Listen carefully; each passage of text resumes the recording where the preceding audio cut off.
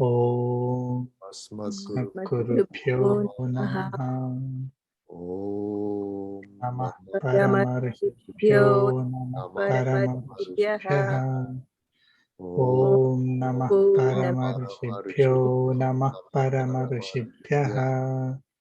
Om Purnamidam Purnamadaha Purnat Purnamudachyate Purnasya Purnamadaya Purnamevavasishyate.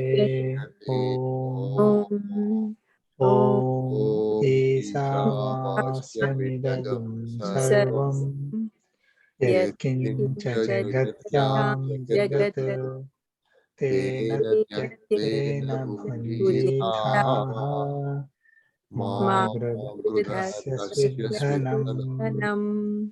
Om Kasyapanvaya Sanjatam Narayana Padasritam Srimannarayanam Vande Yadishvara Sriyadisham Krishnam Kamalapatraksham Punyasravanakirtanam Vasudevam Jagatyonim Navami Narayanam Harim Krishnaya Yadavraya Jnanamudraya Yogini Nathaya Rukminisaya Namo Vedanta Vedini Sri Krishna Parabrahmane Namaha.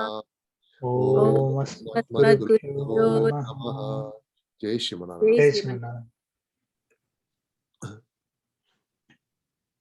Jai Shrimanarayana. 67, 68. 67, 68.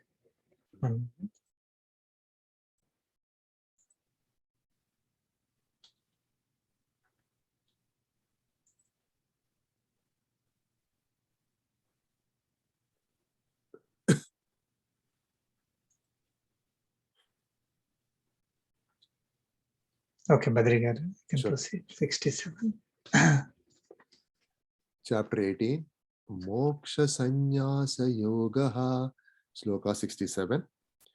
Idam te na tapaskaya na bhaktaya kadachana na chasu shrushave vachyam na chamam yobhyasuyati. Jai Shivanarana. Chapter 18, Sloka 67 summary.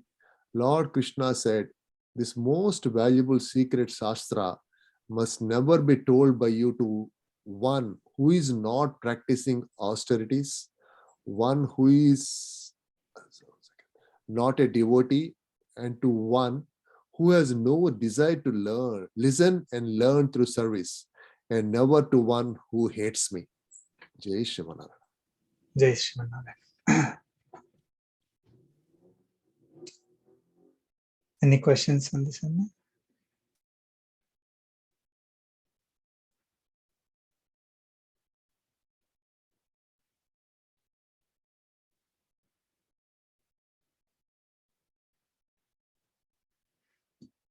That's good.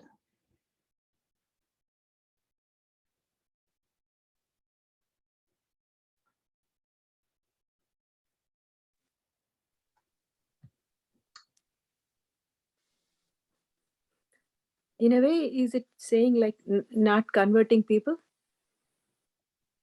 Is Lord saying that not to convert? Very good question. I mean, that's what. So basically, when this was being told, there is no concept of religion, conversion, and all that. Yeah. So whether one believes in him or does not believe in him, whether one practices the scriptures or does not practice the scriptures, that's all. There was, I mean, this is a summary of the Vedas and Upanishads, right?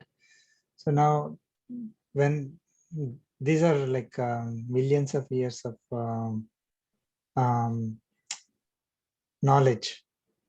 Yeah, yeah. It's not When we are something like Lord Krishna is starting a religion and then people have to believe in him to, um, to convert and or stay in his religion. No, I mean, unfortunately, later on, all these religions have come up. Okay? And so they started believing in, other gods. I mean, they do not believe in Lord Krishna as a god, or the Paramatma that Lord Krishna is referring to. They do not believe in that, or they do not believe in our scriptures directly.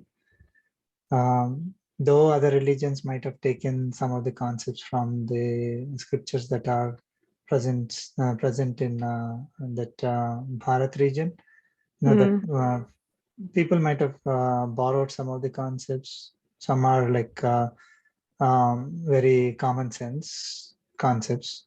All religions believe in certain things, but those people who have set up a different religion in different parts of the world, they have not. So they do not believe in Lord Krishna as a god, or Sri Rama as a god. In those days, people who are following the scriptures, they were believing in, right? Now, these concepts that were given, especially the one that is, Lord Krishna is the means, is the only real direct means for attaining liberation, right? That concept, they do not believe in the other religions. So they have their own set of beliefs. So now, when Lord Krishna is saying this, he's not saying that, oh, don't try to convert a Muslim or a Christian into this particular thing. He's telling all humanity in general. If someone does not practice the austerities, someone who just wants to do whatever they want, right? When they don't practice anything, they don't practice the scriptures, Shrutis and Smritis, they don't practice any of those. Those who are not devotees, okay, they don't believe in God, for example, right? They want to do whatever they want to do. They don't believe in the existence of God. They don't have love towards towards Paramatma. That is love when it goes beyond certain level. We call it as devotion, right? So they're not devoted to Paramatma. So those, and also those who are not willing to listen and learn. I mean, that is very obvious. If you any subject, if somebody is not willing to listen and learn, there's no point in telling them, right? So and those who hate me is another one, because they may have their own, with their own thinking, whatever Lord Krishna has done, they all the good qualities of Paramatma or Lord Krishna, they start hating, they start ridiculing, mocking, like Shishupala. To such a person, there's no point in telling this knowledge, saying that I am the one who is going to give you liberation. They're not going to listen, right? Because they're going to hate. Now they may they may even like try to point fingers, or try to say bad about those good qualities. Like good quality, if you don't believe and don't follow, that's fine. But a good quality is converted into a bad quality, and then they propagate it. So that is what those people who are having asuya, they don't want Lord Krishna's glory. Okay, for example, right? I mean, Shishupala is a perfect example. So they don't want his glory at all. So for those people, if you try to tell them that Lord Krishna is the one who is going to give us liberation, obviously they will not take it positively, right? And I mean, he didn't say what happens if we try to teach to those people, right? He simply said, Lord Krishna said, don't try to tell this to such kind of people. What happens is not given here, right?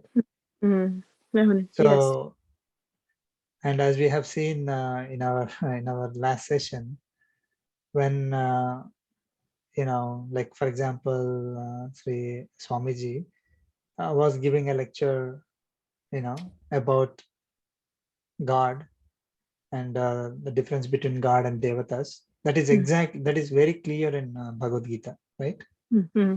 Yeah. There's only one and only one God. That is, I am the God, right? Yeah.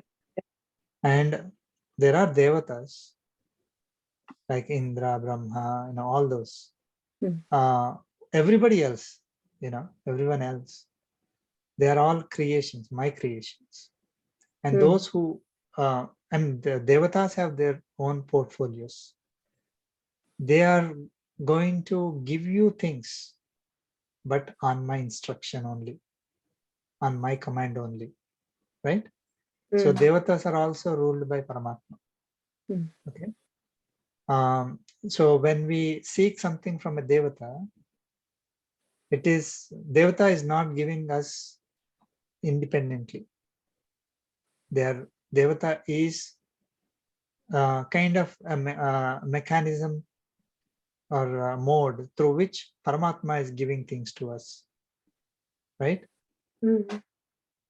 So when we try to differentiate between Paramatma, and his avatar, Purna avatar is Lord Krishna. So when we are trying to differentiate between Lord Krishna and others who are worshipped, he's not saying that don't worship them. You can worship them, right? We have to respect them. We have to worship the other devatas. You can, but they are not independent. They are not supreme. Okay.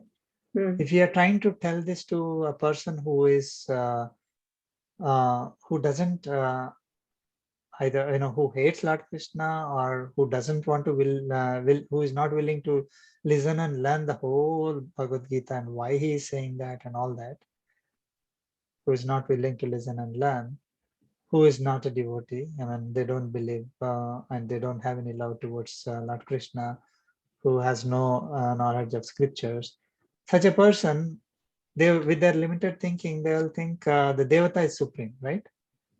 Whichever Devata they are worshipping is supreme. Now, when someone says that no, that's not the case, there will be a clash, isn't it? Yeah. So we are not supposed to give this knowledge to them. We should not be telling this knowledge of Bhagavad Gita to them, right? Yeah.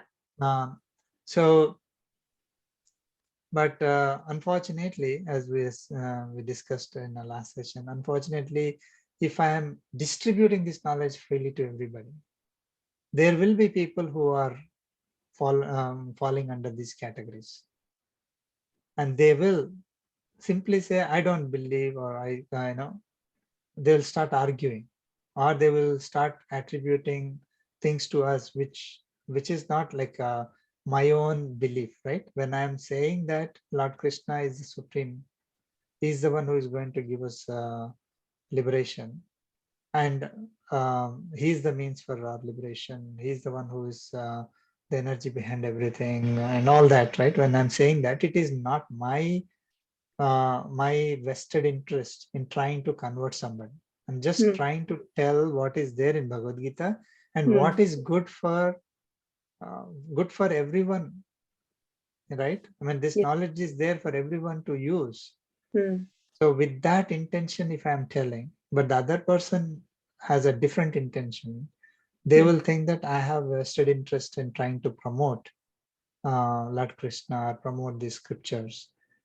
And they will say that, oh, your God is inferior, or you are trying to put down us, right? Like if I'm saying that, let us say you are praying to a devata and you think that devata is the supreme, and I'm giving the knowledge of Bhagavad Gita to you and saying that devatas are also dependent on Paramatma. And Lord Krishna is a Purna avatar of Paramatma. So devatas are dependent on that Paramatma.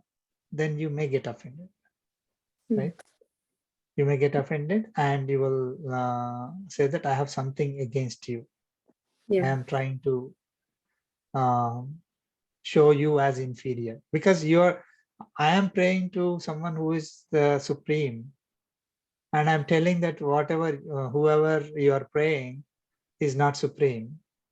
Then I'm trying to tell you are like somebody who is second rate, isn't it? It appears like that.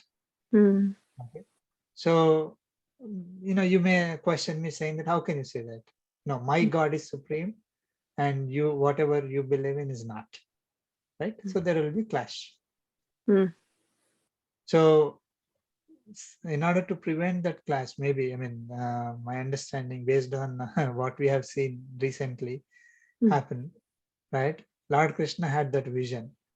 So there's no point in telling this to somebody who doesn't have this, who is not my devotee. So who is falling under these three categories, or four actually, who is falling under these four categories, there's no point in telling them. Because we are not going to get anything out of it, right? At the same time, we may be, troubling ourselves, we are troubling them also. Let them follow what they want to do. Let them be in whatever mode they are in. They will, it is not like it is our duty to give liberation to everybody in this universe, right? It is not, and with, even Paramatma, when he came down as Lord Krishna, he waited for 90 years to give this message. More than 90 years. So even he didn't have, want to give it to all these people like Shishupala, Duryodhana, or others who are not believing in him, or who are not his devotees and all that, right? So even after showing his um, um, leelas, that his magic, it's not magic, his grace, his blessings in various ways that are not possible for humans. Okay, people still didn't believe in him. So some of them, not all, but some of them believed, some and most did not. So there's no point in telling to those people.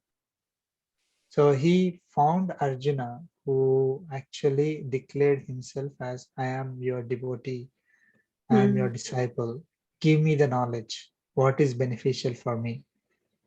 Okay, so then Lord Krishna started giving. Of course, again, it is not Arjuna's greatness that he asked Paramatma, right? So behind everything, it is Paramatma. So it is not like Arjuna cannot put his collar up and say that, hey, I am responsible for this Bhagavad Gita, because if I have not asked, you wouldn't have told. So I should be the one who should be given the credit, not you. We cannot say that. Paramatma, through his grace, he granted the knowledge of Bhagavad Gita to all of us through Arjuna. So Arjuna was willing, that's why he gave. He did not fall under these categories. Mhm. So if others today in today's world, they don't fall, if they fall under these categories, then we should not give this knowledge to them. There's no point in giving this knowledge to them. If I are giving this knowledge to them, now that they are in a different religion or different section of the society, who do not believe in Paramatma, who do not believe in Lord Krishna. So if we are telling them, it will definitely appear like we are trying to convert them. So it is even worse, right? It's even worse than telling someone who is already within this community, which but they are not they're not into devotion and all. They're not following some master. But if we are sorry, if we find some another religion person or someone who believes in another God, I mean, there's only one God, but according to them, Lord Krishna is God, not God. So they are believing in some other God. Again, there is only one God, but they for them it is the only God, and they are believing in that God, which could be a Devata. Let them be. I mean, there is no harm in continue. Let them continue in that mode. But unfortunately, I mean, they would come back. They would listen to our messages. Let us say, if our messages are freely available on internet. Right now, this is a problem. If our message is there in internet and which we say like this, they'll immediately jump on and then start, complaining, questioning, hating, and all that. So it is again reiterating that the message that is given in Bhagavad Gita is not for such people who are falling under these categories.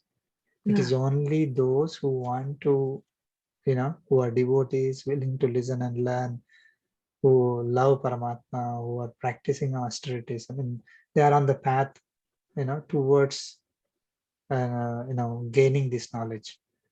They're not like resisting or hating in getting this knowledge. So then, so in that case, then, if we are all, whoever is in this satsang, we are all willing to listen and learn. We are devotees. We are practicing austerities. And we are all practicing certain uh,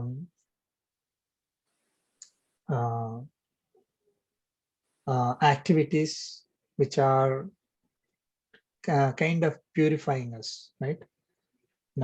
So we are all doing puja. We are all following certain things, without going into all the details. So we are having that eagerness to be pure, become pure. So we are doing some activities. We are all not falling in this category. So yes, we should all be getting this knowledge. And there is no harm in getting this knowledge, or we should actually be trying to get this knowledge. Those who fall under these categories, absolutely they're wasting their time if they try to argue against Bhagavad Gita or against the person who is going to tell what is there in Bhagavad Gita. What is there in Bhagavad Gita are the scriptures that Bhagavad Gita is derived from. If you are telling those and they don't like it, I mean, they should, they're simply wasting their time. But unfortunately, a lot of people don't have this knowledge. 67 sloka, 67 knowledge is not there with a lot of people.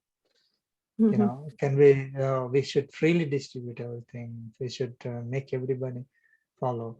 And there are once we know 67, we will be careful in our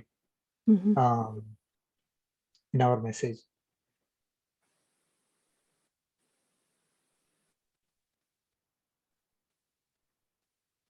Okay.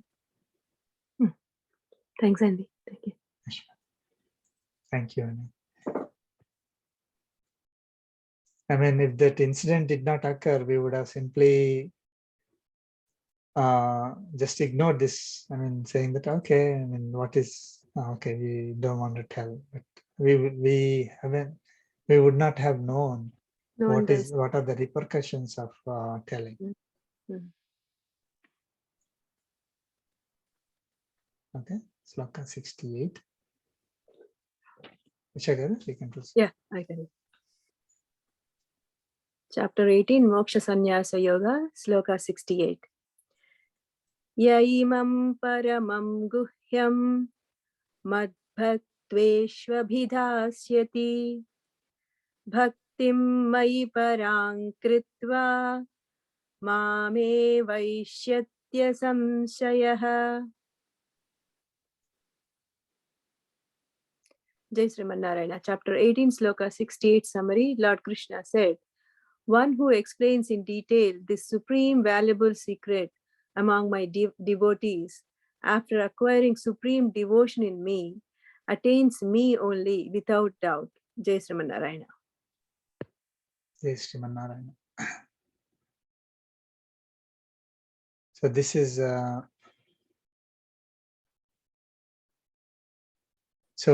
Lord Krishna is encouraging us to explain this in detail to his devotees.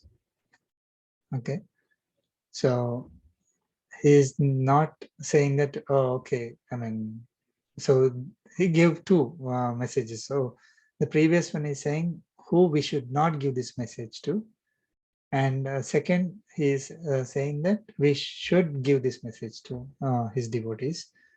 And so what is the result of explaining this knowledge to all is that we acquire supreme devotion. So our devotion to Paramatma will increase. Okay, and we will attain Paramatma without any doubt. Right. So that's why, I mean, we're so fortunate that we were able to go through this entire, how many months? More than 2.5 years of Bhagavad Gita Yajna. Yeah. October, I think 2018 we started. Yeah. Yeah. 19. Yeah, 2019, 2.5 years. 19, sorry, yeah, 19 October we started. Yeah, October. So, and one thing is that, just reading it and trying to read the meaning or listening to the discourses, listening to the meaning or reading some books which have the commentary, feel like, oh, okay, I understood it and I will be able to apply. But only when we start explaining, that's when we realize that, oh, I didn't understand it clearly. So we go through into much more detail, much more depth. So that gives us, whoever is explaining this or teaching this knowledge, it gives them the opportunity to do more and learn more, and not only learning, we start trying to, because we have to explain it, right? So we will be trying to apply it in our own life, so it gives the opportunity for us to gain more knowledge, more devotion, and we will be practicing these principles more. I mean, one who is teaching, one who is Acharya.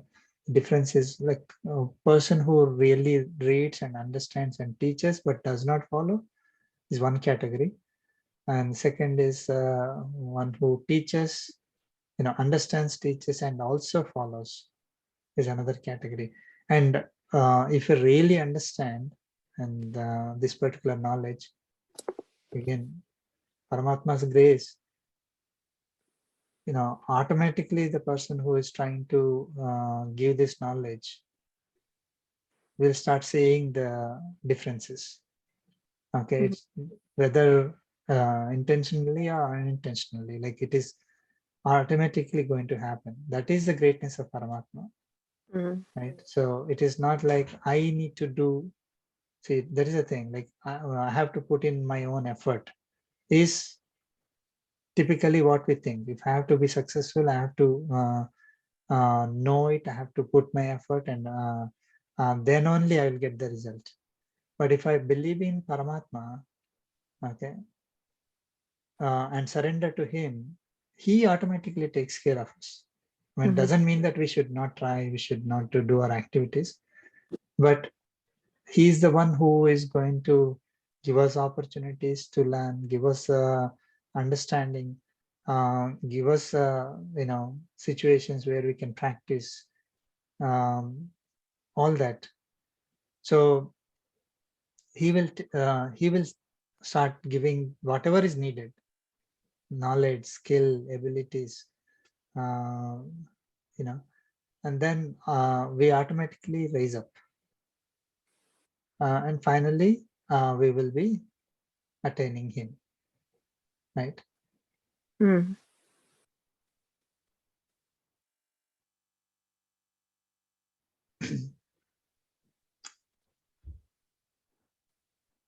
Any questions on that one?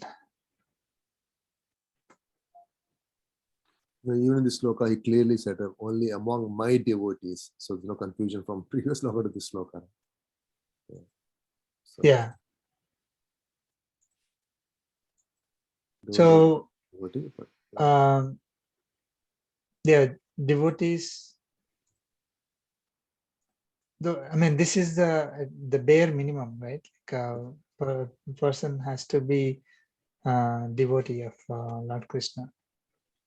So they, from there, like it will start. Like they're not hating. Obviously, they're not. They're willing to listen because we are his devotee, like that.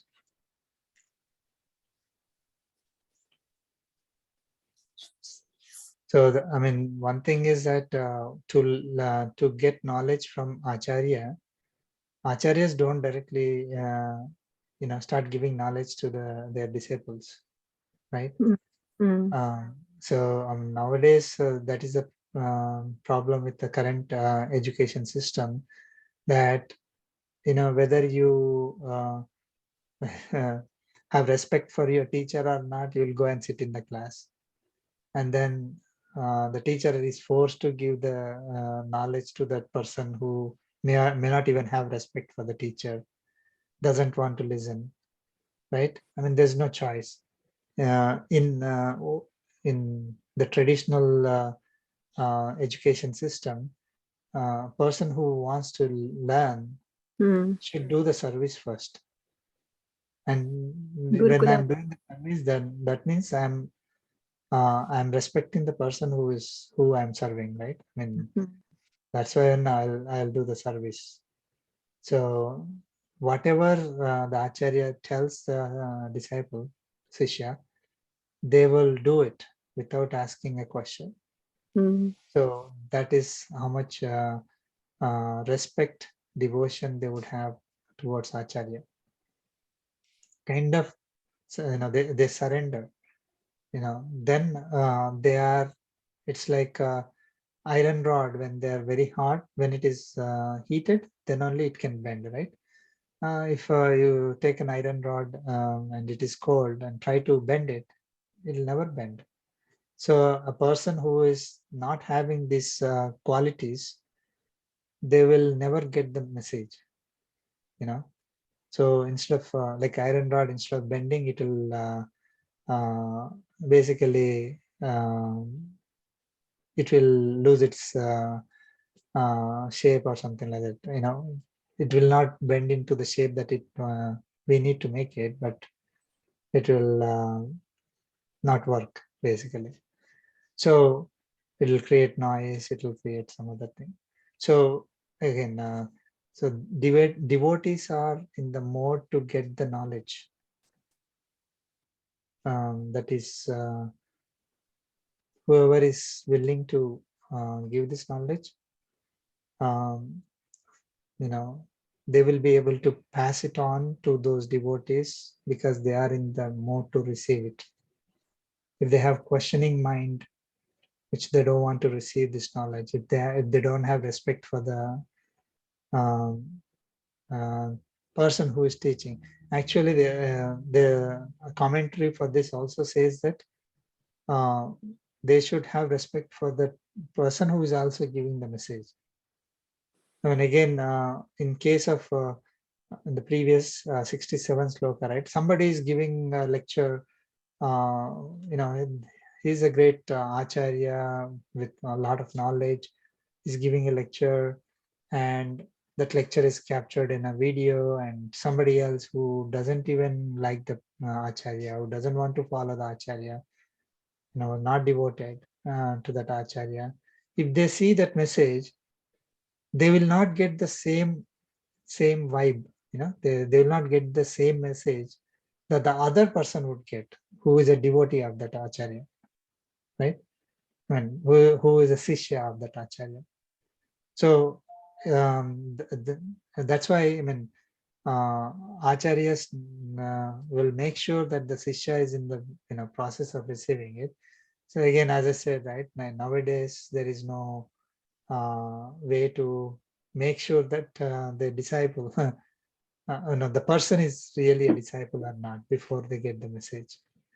And in internet, we will definitely don't have any way to do that. So if someone is listening to an acharya, they should at least have respect for that acharya and try to get the message. If they don't, then whatever message they get is not the one that acharya is trying to give. That is the problem.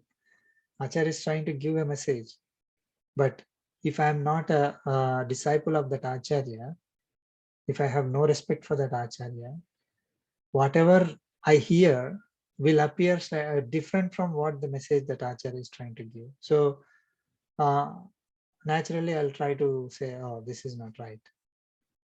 So again, to avoid those problems, we are making sure that whoever is getting this message is having who is a devotee, who is not having the asuya. That is the most important thing, because Lord Krishna, while giving the message in one of the previous chapters, he said, you do not have asuya. That's why I'm giving you this message, right? So anasuya way, he says, like, you are not hating me. So that's why I'm passing on this, I'm giving you this message. He need not have said that, but he wanted to make sure that we all understand, like a later point of time when we are looking at it, we all understand that, okay, I'm passing on this message. Do you hate the message that I'm giving? Hate me as a messenger, and hate Lord Krishna who gave this message to me. So in any of this, if that hatred is there, then should not give.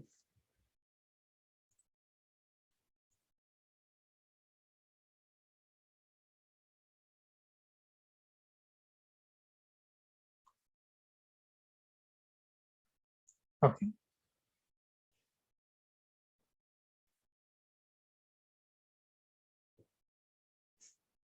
Okay, we'll start with 69 today.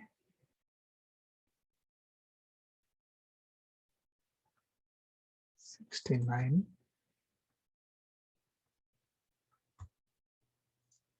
start with the prayer.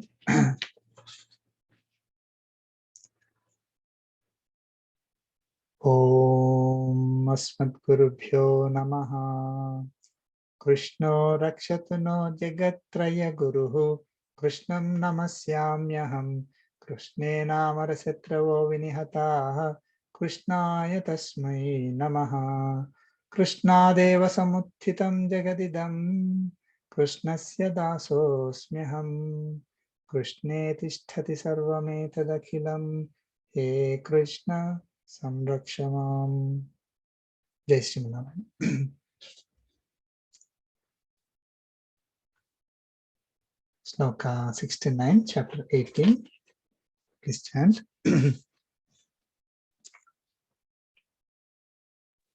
Nacha tasmat manushyeshu Nacha tasmat manusheshu Manushyeshu kaschinme priyakruttamaha kasmin Kashchin me priyakruttamaha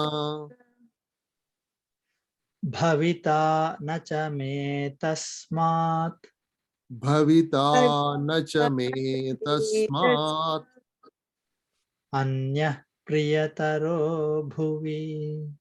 Anyah priyataro bhuvi Let's chant together.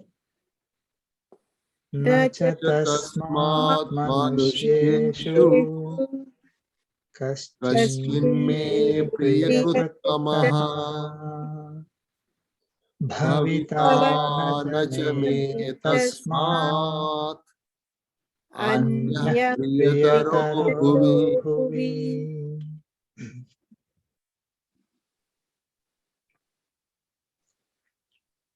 So in the previous sloka, Lord Krishna said, the one who is explaining this in detail, where is it?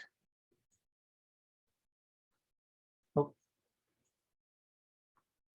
The one who explains in detail this supreme valuable secret, this Bhagavad Gita, among my devotees, after acquiring supreme devotion, attains me only without doubt. So after that, Lord Krishna is saying, continuing. So whenever it says cha here, that means and. So it's continuing and. So I mean, this is a format that you would see all through the Bhagavad Gita. If it says tu here, that means but. So whatever was told, he's going to slightly, I mean, it is not a continuation of the same message, but there will be a slight change. So here, cha, so that is and. So he's continuing. So to explain about the same person, the person who is explaining this in detail to his devotees, okay? Na tasmat manusheshu kaschit me priyakruttamaha. There is not even one. Na kaschit, not even one. In manusheshu is in human being, in manushya. Priyakruttamaha, that is who does more pleasing me, priyakruttamaha me, to me. So there is in all human beings, tasmat is than this one, than the one who is explaining this supreme secret knowledge, supreme mysterious knowledge.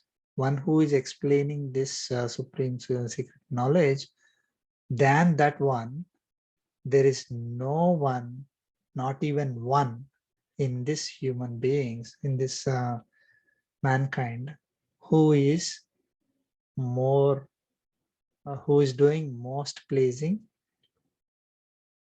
to me. So there is not even one. That means no one else is doing anything that is most pleasing than this one.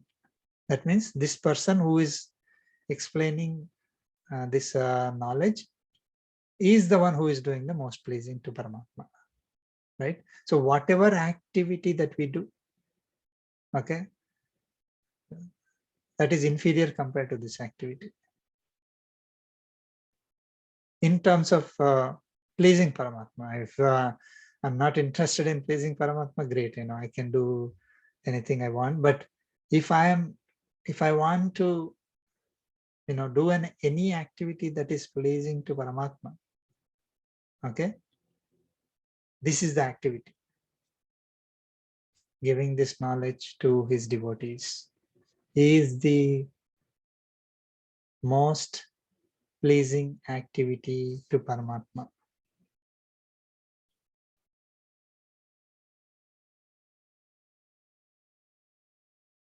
A little confusing, but okay. So he's talking about more of who actually explains his knowledge to everyone.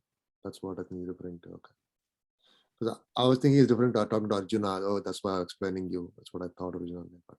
But he already said that before, right? That's not what he's saying here. Oh, okay. So what is the question? I'm sorry. No, sorry. I was thinking that, he's telling Arjuna that you are most dear to me. That's why I'm explaining to you. There are no other human being. I couldn't find any human being to explain this. That's why I'm explaining it to you. And you are dear to me. That's what I thought, actually, the meaning of this. Yeah, in the previous chapters, he said you are more dear. Previous sloka, I said you are dearer to me. So that's why. He already said that there. But this is in reference to the sloka 68. Yes. So that person. So tasmat. No, that is the key is tasmat. Yeah. Tasmat is than one, than that one. So who is that one? The one who is explaining the secrets. Yeah. So he is most.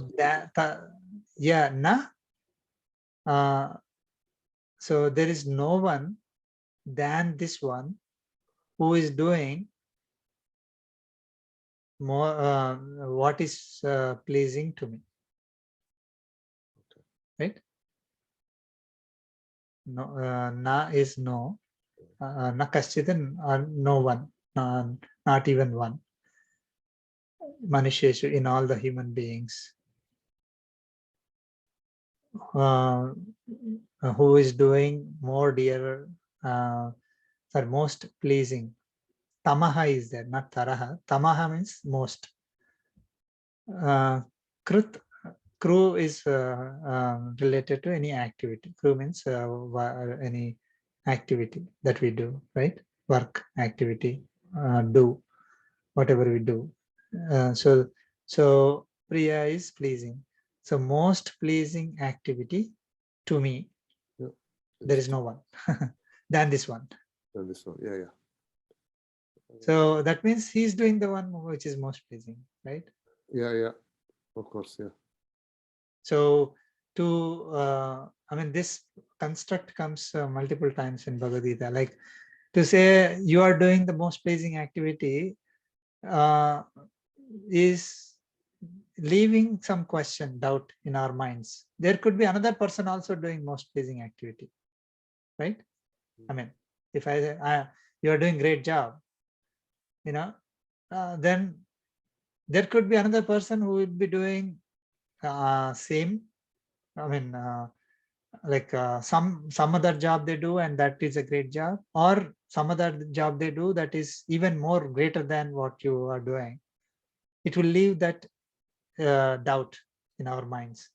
But if I say that there's no one in this mankind who does a better job than you, or best job than you do, that means it is 100% certain that you are the one who did the best job, right?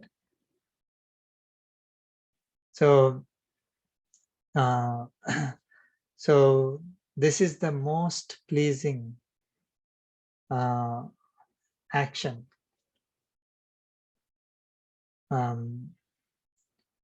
so that anybody can do. Okay, the most pleasing to Paramatma, of course, not pleasing to others. And so that is why obviously whoever is doing the most pleasing to Paramatma is in his good books, right?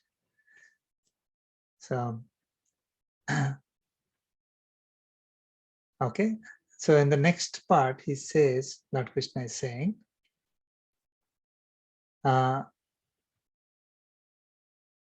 Bhavita nacha me tasmat anyaha priyataraha. So this bhuvi is common to both in this world. Okay. So bhuvi is in this world. Na bhavita anyaha. Okay. They will not exist. There will not be any other. Anyaha is another, right? There will not exist another. Okay. Priyataraha, who is dearer, tasmat, who is dearer than this one, than that one, right? Me is to me. So this in the second part he's saying there will not exist another one who is dearer to me than this one.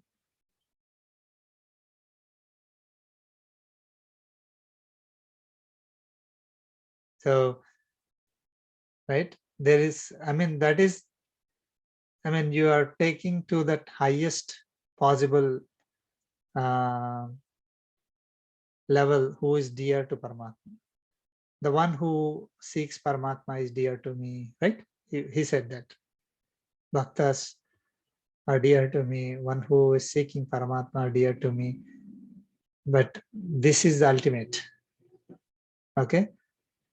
One who is giving this knowledge, explaining this knowledge to the devotees of Paramatma, there will not exist another one who is dearer than this person.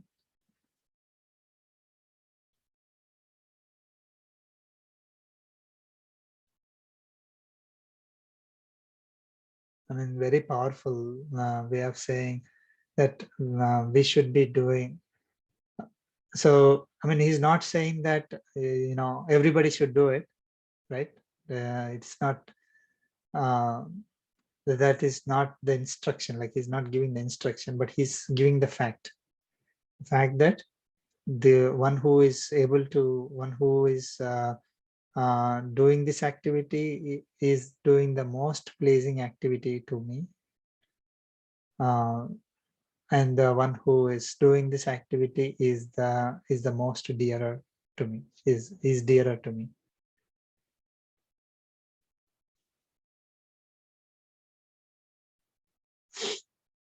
I mean, here there is a the construct, if you'll see that there will not be another one who is more, who, I mean, there's no such thing are more dearer, right? I mean, more dear is dearer.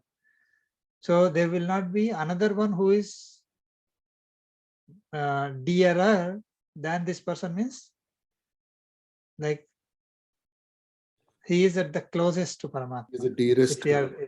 Yeah, because there will not be another one who is even more dearer. So, I mean, more dearer is not the right English. It is more dear or dearer. Just so there is no such thing like priya. Tamaha is not there here because he's saying that not dearer means he's the most at the highest level.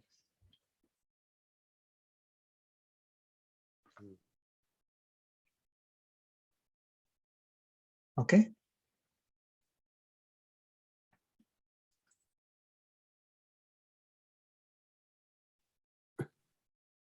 Sloka 70. Please chant. Adhyeshyate cha imam. Adveshyate cha imam. Let's repeat. I missed it. Adhyeshyate cha imam. Adhyeshyate cha imam. Dharmyam samvadamavayoho. Dharmyam samvadamavayoho. Jnana yajnena tenaham Jnana yajnena tenaham. ishtasyam iti me matihi. Ishtasyam iti me matihi. Let's chant together. Adhyeshyate Adhyeshyate chaya chayam imam dharmyam dharmyam samvadamavayoho. samvadamavayoho jnana Jnana yajnena yajnena tenaham tenaham. ishtasyam. Yamiti me matihi.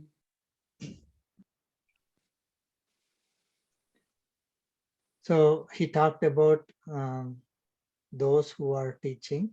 In the previous sloka, he talked about those who are explaining in detail or teaching or giving discourses or spreading this knowledge to his devotees. Okay. Now, what about the people who are listening or getting this knowledge, right? So Lord Krishna is now talking about those. Okay. So adhyeshyate cha yaha imam dharmyam samvadam avayoho. Adhyeshyate, so yaha adhyeshyate. So whoever is studying, reciting, what? Imam dharmyam, this righteous. Okay. These words came before also, so you might recognize. Samvadam. Samvadam is the dialogue. So dialogue or conversation, right? So imam dharmyam samvadam. So the conversation between avayoho, of us two. So Lord Krishna is talking to Arjuna, right? Whoever is studying or reciting this righteous dialogue between the two of us. So this is not dharmam to kudinana. Dharmam, yeah. Okay. In harmony with dharma. Yeah.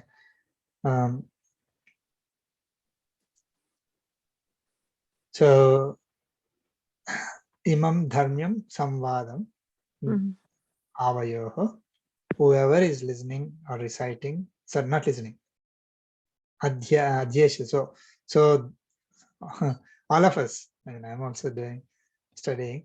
So you are studying, reciting this conversation or dialogue between the two of, between Arjuna and Lord Krishna, right? The Bhagavad Gita. What?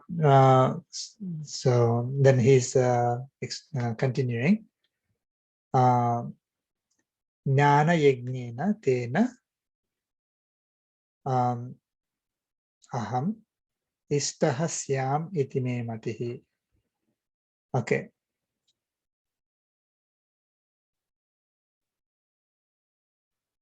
Aham istasyam. So I will be worshipped. So when we are chanting this Bhagavad Gita, okay, when we are reciting, chanting, studying this Bhagavad Gita, what are we doing? We are worshipping him. Okay. I will be worshipped. So that's what Lord Krishna is saying. So by who? Tena, by that person. Whoever is Yaha is whoever, that person who is reciting, chanting. Tena, by that person, I am being worshipped. Jnana yajnana, through Jnana yajna. So this is, we are doing yajna. So when we are reciting, we are doing the yajna, right? So this Jnana Yajna, through Jnana Yajna, we are worshipping him. And itime matihi, this is my belief.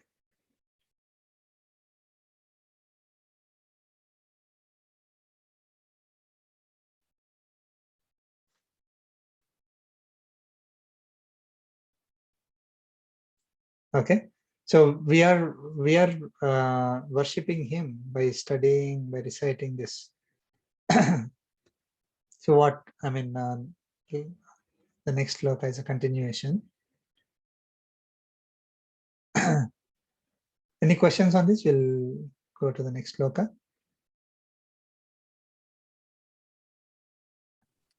Good.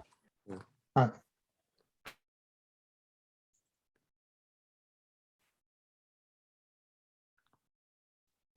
Sloka 71. Shraddhavan anasuyuscha Shraddhavan anasuyishcha shrunuyat apiyo naraha. Shrunuya apiyo naraha.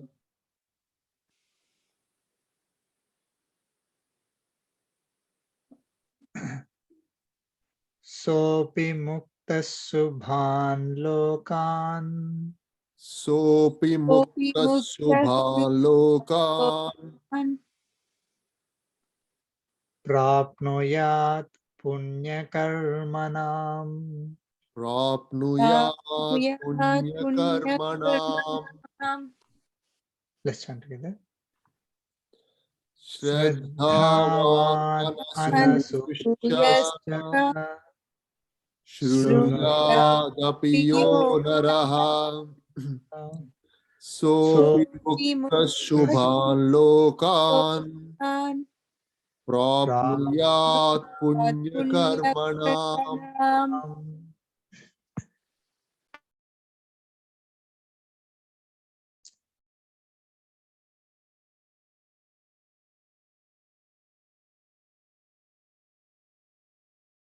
Okay, so he talked about the one who is explaining or teaching this knowledge to the devotees.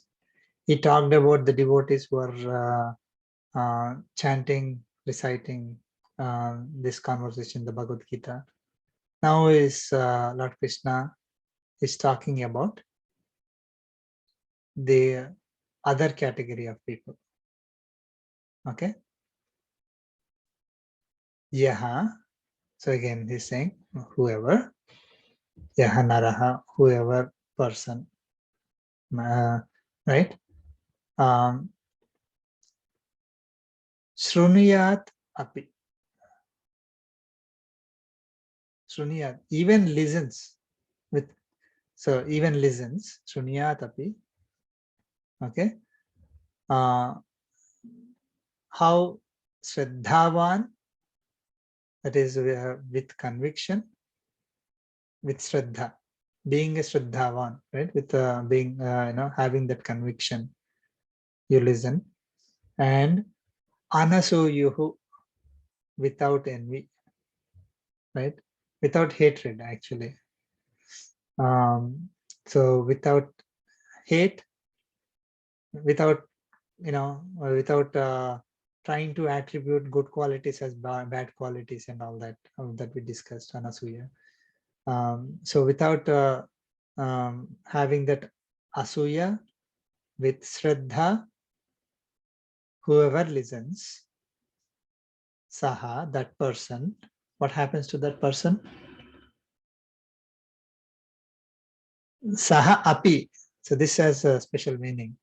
Api means even. Okay. Saha api muktaha, will be freed from that person is, such person is freed. Muktaha is liberation, getting liberated from sins, obviously, right? Freed from sins. Okay, so even that person will be liberated from sins or freed from sins. That means what? even listening will free you from, even a person who listens with conviction, without envy, even that person will get liberated. Means the other two people, the previous two, will definitely get liberation, right? When they're not just listening, like all of you, not just listening, you're chanting, you're studying, the meaning you're trying to apply. So that category is better than just the people who are listening. Now that's why he's saying Shruniyat api, saha api. So that person, whoever even listens, even that person is going to be freed from sins. Okay. So, and what happens after Muktaha becomes, one Muktaha is one who is freed from sins. To that person, what happens is Subhan Lokan Prapnuyat Punya Karmanam. So Subhan Lokan is auspicious worlds. They're going to higher worlds, right? Auspicious, better worlds. Punya Karmanam, of those who performed virtuous deeds as worship of God, like those who are worshipping Paramatma, who whatever lokas that those people go to, those worlds, prapniyat, these people who are even listening with conviction, without envy, such people will attain these auspicious worlds of those who go, who performed virtuous deeds. So that means basically we'll go to the higher level, just listening. Imagine if we study, practice, then then we are even a higher level. So we'll be freed from sins, and we are going to reach higher states.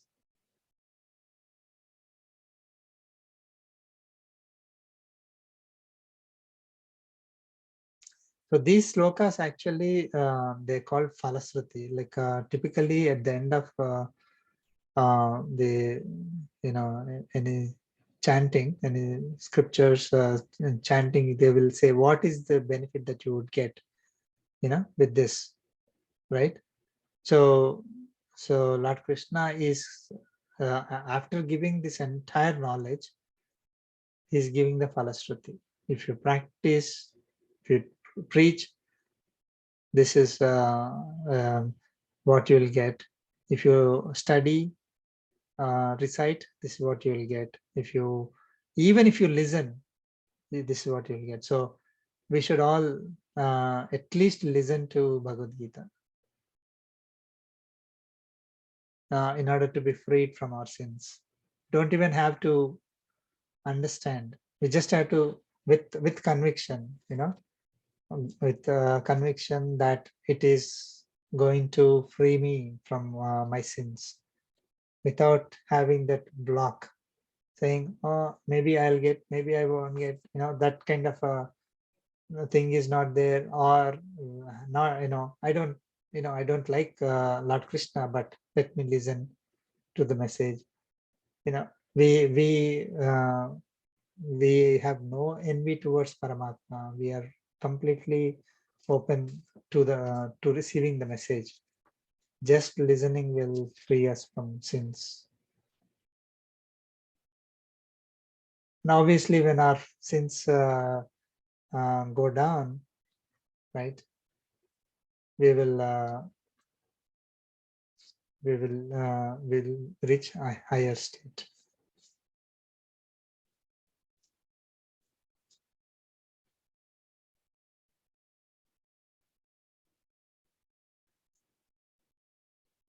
So all these kids who are learning, they don't need to practice. At least they're chanting. That itself will take them to the next level.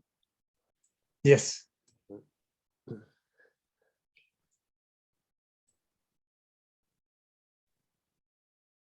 Yeah. unfortunate.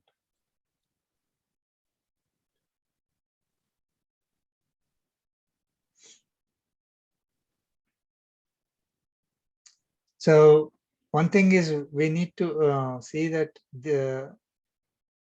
by listening, they will be released from the sins that are preventing them from getting devotion.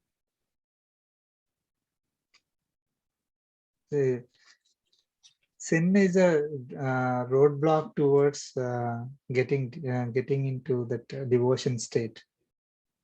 Like why some people they don't have the devotion. They don't get into that mode of loving Paramatma, having devotion, wanting to do all activities for him, So that devotion is not coming because of the sins, the karmic bondage that we are carrying, right? So by this listening to Bhagavad Gita is cleaning that. Okay, so it is going to elevate them. I mean, when the sins are cleared, automatically they will, they'll be on the path towards devotion. The problem is that people who have a lot of sins, they're carrying a lot of sin. I mean, a lot of karmic bondage, right? So they have some block in front of them. They will not be in a position to even listen, like just while driving in a car, 2-hour drive, you could just simply listen, right? But still they cannot, because they have so much sin pulling them down. Okay, but again, with Acharya's grace and grace of having meeting people who are virtuous, they may be able to take the decision. But if they don't they decide to listen, then they're still they will carry the sins along with them, and they'll go into this loop of acquiring more and more karmic bondage. They will not be freed from the sins. Only when in order to go to the level of bhakti yoga, they have to start practicing karma yoga. So they have to start from there, right? And they don't even listen to this knowledge. They don't want to get this knowledge. Then they don't have karma yoga knowledge. They do activities they'll think that I am doing it. This is my work. The result belongs to me for my own enjoyment. Then they go into the cycle of acquiring more and more karmic bondage. They'll, we'll take another birth. Then that birth will be assigned certain, karmic bondage. So we have to experience certain karmic bondage. Then while experiencing that, we clear that whatever karmic bondage was assigned to that life. But any new activity that we do, we keep earning more karmic bondage freely. So we will not be free from karmic bondage, but we will get the karmic bondage for free. So that is how we have been going through. But with again, fortunately, with Acharya's grace, God's grace, we are in the path to listening Bhagavad Gita first. Then we are studying and chanting Bhagavad Gita. Then we are reaching to the level of teaching or explaining Bhagavad Gita knowledge to other devotees. And then we become the most closest to Paramatma that we can think of by doing any activity in this world.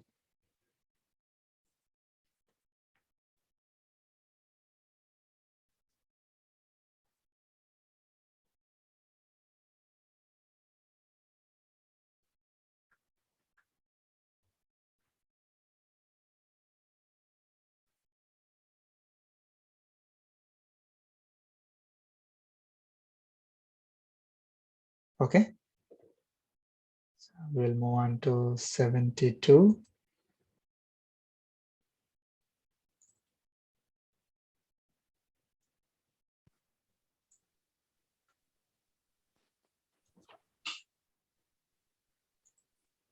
Can you see Sloka 72? Yes, sir, we can see it.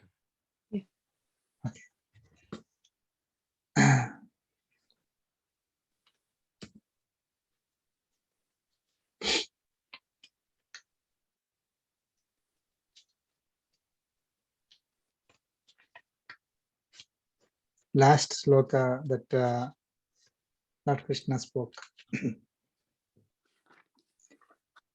Please chant. Kachidetat shrutam partha Kachidetashrutam partha tvayaiకాగ్రేణ chetasa tvayaiకాగ్రేణ chetasa kachit ajnana sammohaha kachit ajnana sammohaha pranashtaste dhananjaya. pranashtaste dhananjaya. Let's chant together. Kachidetashrutam partha tvayaiकाग्रेण chetasa kachidajnana sammohaha pranashtaste dhananjaya.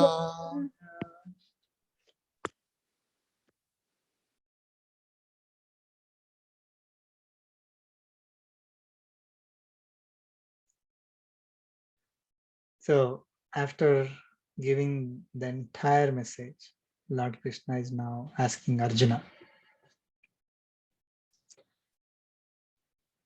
Partha or Arjuna, Kachit etat shrutam. So Kachit is asking a question, so has or is it, etat shrutam, this, etat is this, that is this whole knowledge of Bhagavad Gita, Gita Shastra, okay, which is which Lord Krishna has given to Arjuna.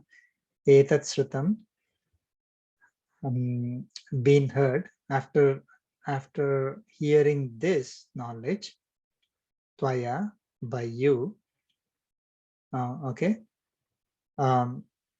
so has this knowledge been heard by you?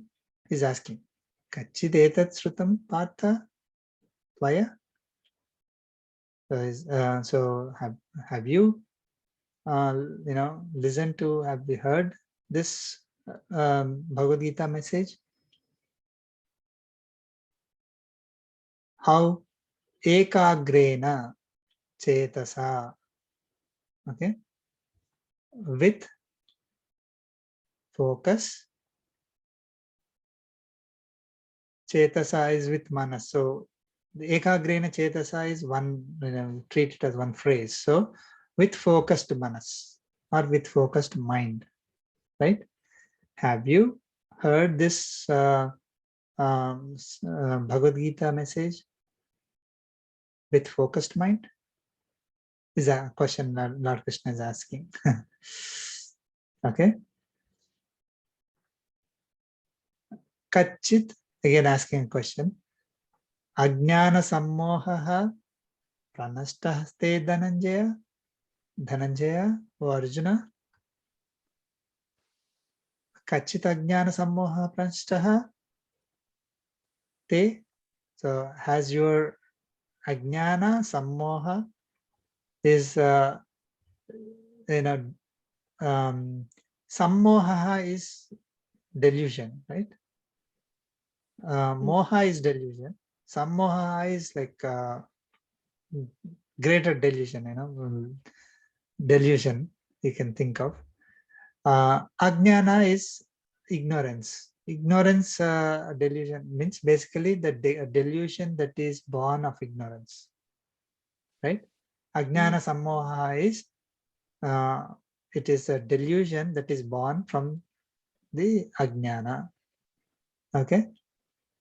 So Lord Krishna is asking, oh Dhananjaya, te ajnana sammohaha pranashtaha kaschit. So pranashtaha is nashtaha is destroyed. Pranashtaha is completely destroyed. So have you heard this, Bhagavad Gita with focused mind?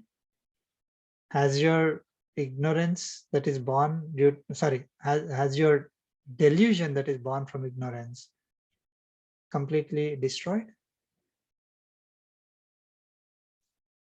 So that's a question that Lord Krishna is asking Arjuna.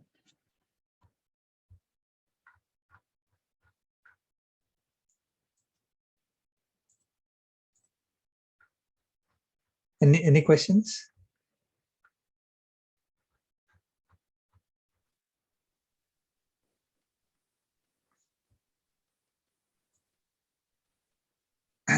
So the first and foremost delusion was about not having the knowledge of Atma and body, right?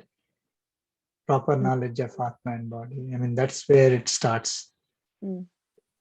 So, and the second is delusion about, doing duty. Yeah. Karma yoga versus, Duty, which one? yeah. And any delusions that you can think of. Yeah, I mean, he started with saying that he's doing it, right, Arjuna? Like his Vishadam is, yeah. So that is where he wanted to clarify. Yeah. Right, right. Yeah. If I do my duty, I'll get papam.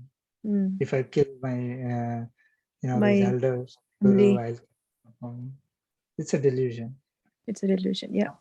So, I mean, that is Arjuna's situation. Basically, doing a duty in a proper way will not give us papam, will not give us the demerit, Sins.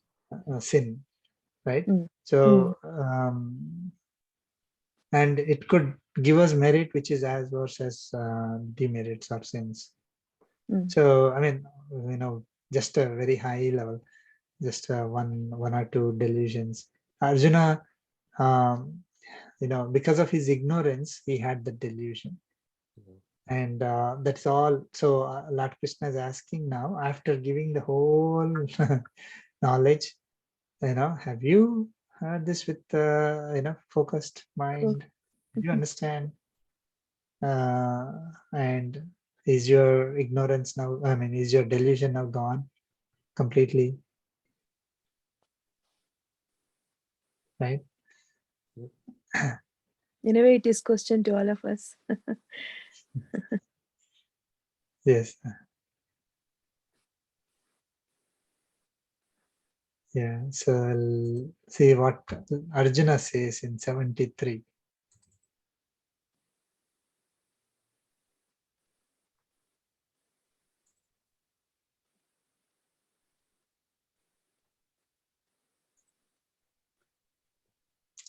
So the message of Bhagavad Gita ended with sloka 66. Message of Bhagavad Gita means the Bhagavad Gita knowledge that we need to get. Started from 211 to 12. Second chapter, 12 sloka Yeah. to 18th chapter. 66. Yeah. So, I mean, before that also, Lord Krishna spoke. And after 66 also, Lord Krishna continued to speak. Okay. But Bhagavad Gita message is not there. I mean, the message that we need to practice is not there.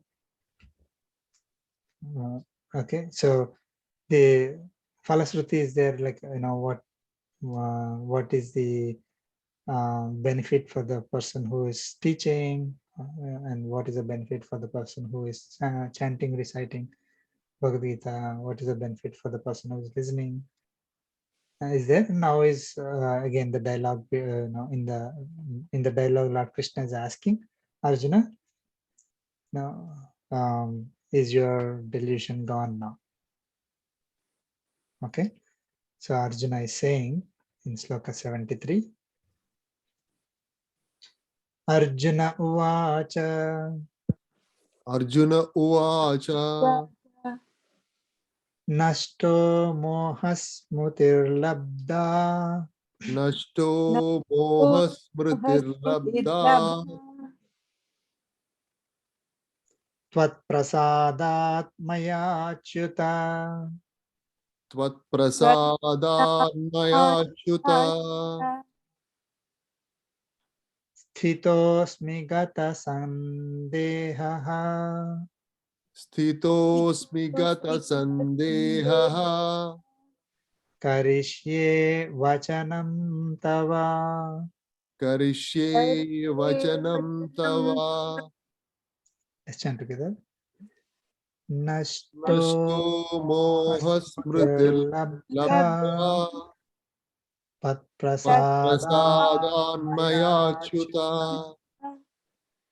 Sthitosmi Sthitosmigata Gata Sandehaha Sandehaha Karishye Karishye Vachanam Vachanam Tava. Tava.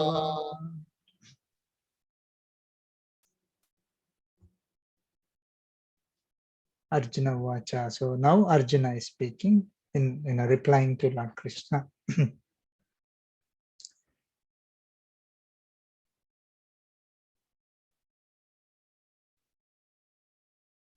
Nastaha mohaha smritihi labdha tatprasadat mayachyuta. Achyuta, O Lord Krishna, tatprasadat, due to your grace, right? By your grace, due to your grace, what happened? Mohaha, my delusion, nastaha, is destroyed. Okay, then mohaha nastaha, smritihi labdha, obtained, smritihi, accurate knowledge. I got the real knowledge. Okay, Maya, by me. So due to your grace, delusion, my delusion is destroyed, and I obtained accurate knowledge. I mean, in Sanskrit, like typically they say by me. That typically that is how the sentences are formed. But in English, we do the active voice. I mean, like the subject is first. So my delusion is destroyed, and I obtained accurate knowledge due to your grace. Okay, or accurate knowledge is obtained by me is what is given here, right? And then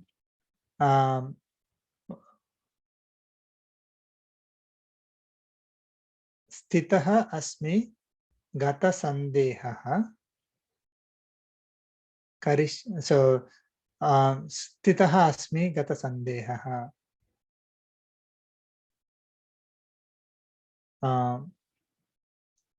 Gata sandeha. Sandeha is doubts, right? Gata sandeha is all doubts are gone, dispelled. Okay. Sthitaha asmi. Sthitaha is situated, there, being there or being situated. So I am being situated with all my doubts dispelled. That means, I mean, a way of saying that all my doubts are gone now. Okay, because in first chapter and beginning of the second chapter, Arjuna had so many doubts, so many questions, right? So with all the knowledge that was given, Arjuna's doubts are all gone now. They're all dispelled. Okay, and he's saying, Karishye vachanam tava. I will do your your vachanam is instruction. So basically what he's saying is, I will do as you instructed, as per your instructions. Okay. So karishye vachanam tava. So I mean, one thing is one who surrenders, right?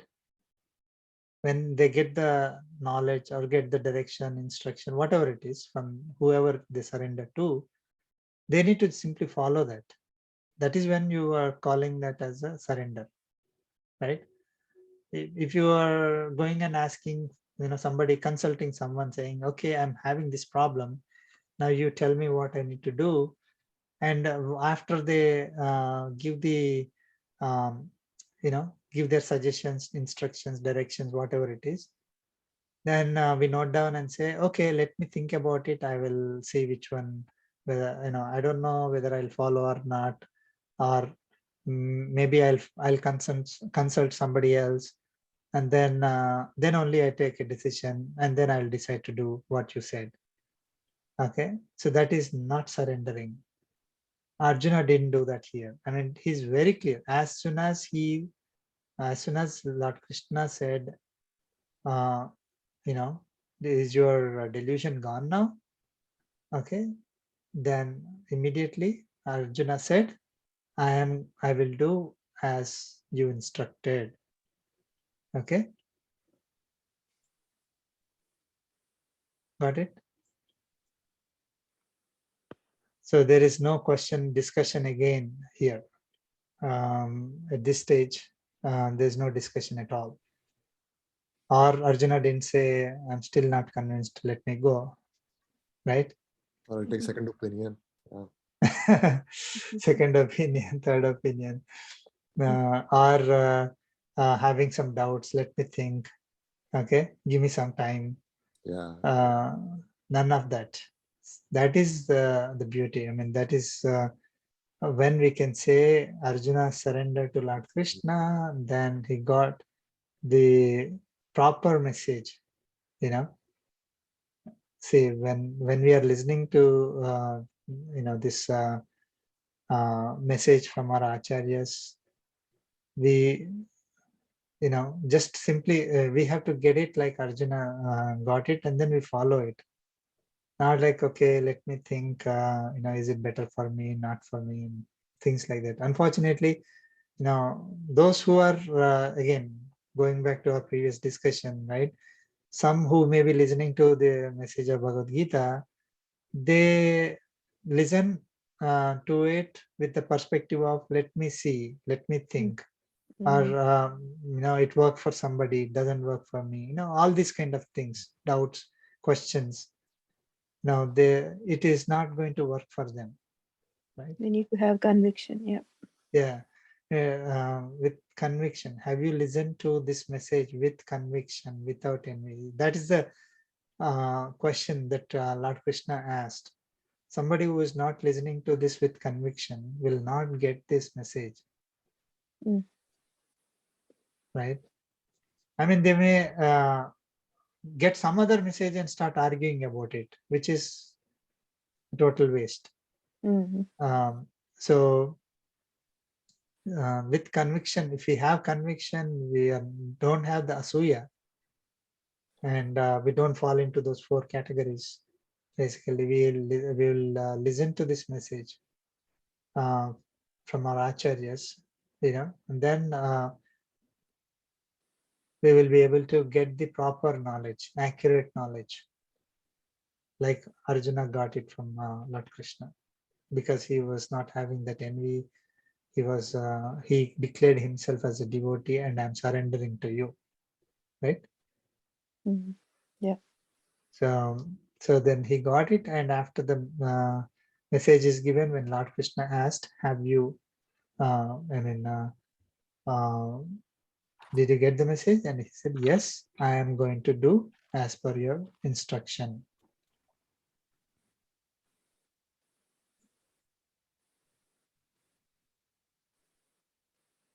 Yeah, he didn't even say, okay, I will do what you say, but still I feel bad or nothing like that. He said, okay, I'll do it. Right. Yeah.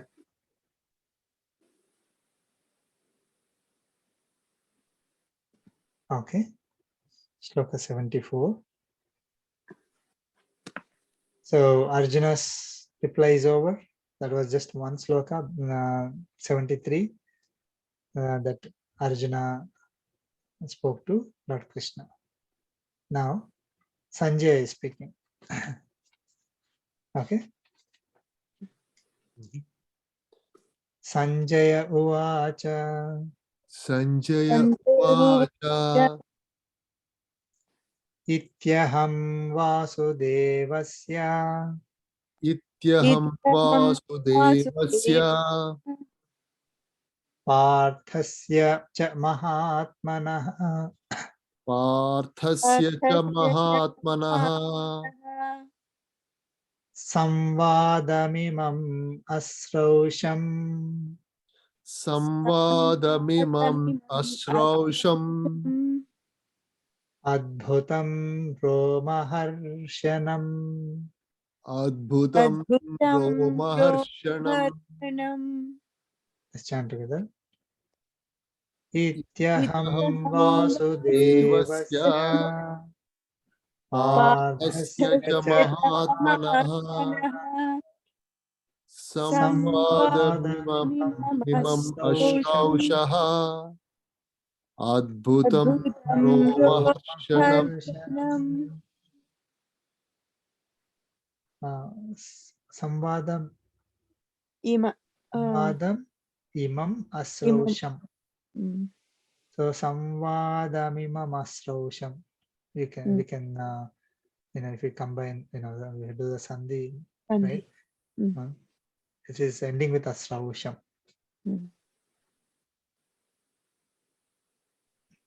Okay. So now Sanjaya gave this whole message to Dhritarashtra. Okay. This whole thing, this entire Bhagavad Gita, Sanjaya gave Sanjaya was speaking, right? He was telling Dhritarashtra, isn't it? So, so now Sanjay this is like a commentary, this is not what happened there. Now Sanjay is speaking to Dhritarashtra. I thought Sanjaya was like, he got that, like he was able to visualize Drishyam. See what's happening there. Yeah, he got that power from that. So But that here is what he saw because of the divine vision and vision. So he was able to see and hear what they were speaking. Not only that, whatever they internally felt also, I mean, he had that, that power to tell exactly what is happening there.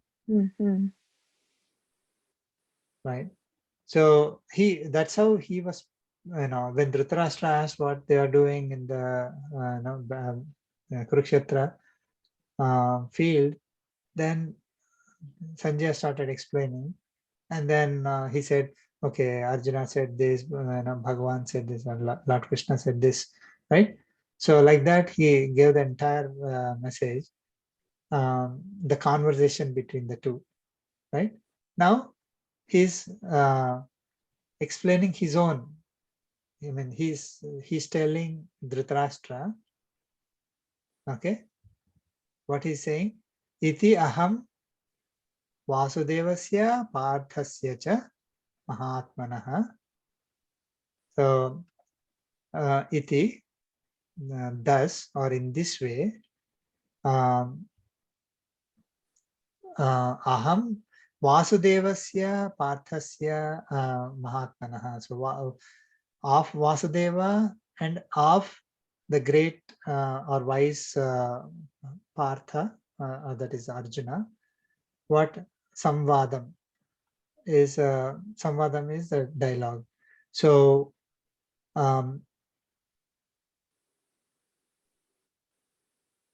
So the dialogue of Vasudeva and Arjuna, or dialogue of Krishna and Arjuna, okay? Imam Asrausham Adbhutam Romaharshanam. So he's explaining that Asrausham means I heard. Okay. So Aham Asrausham. So let us review back. So Aham Asrausham, I heard. What he heard? Samvadam, dialogue between who? Vasudevasya Parthasya. Mahatmanaha is adjective for Partha, Arjuna. So the dialogue of Lord Krishna and Arjuna, or dialogue between Lord Krishna and Arjuna, I heard. Okay. How is that dialogue?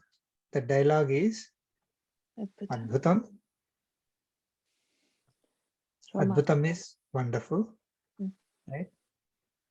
Romaharshanam is giving goosebumps.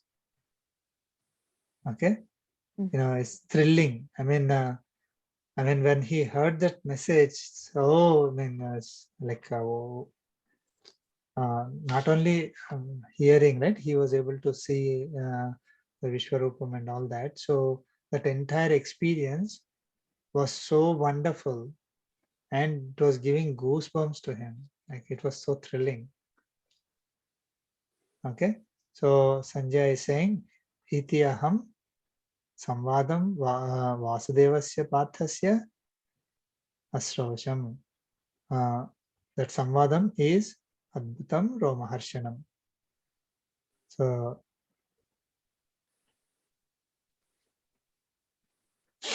I that's what he's saying, that I heard this, right? With the divine vision that I got from, of course, he's going to say now next Vyasa. So that is the purpose is to say that this is exactly as I heard, right? There's nothing that Sanjaya tried to add any words or remove anything. This is exactly as I heard, and that is wonderful and thrilling.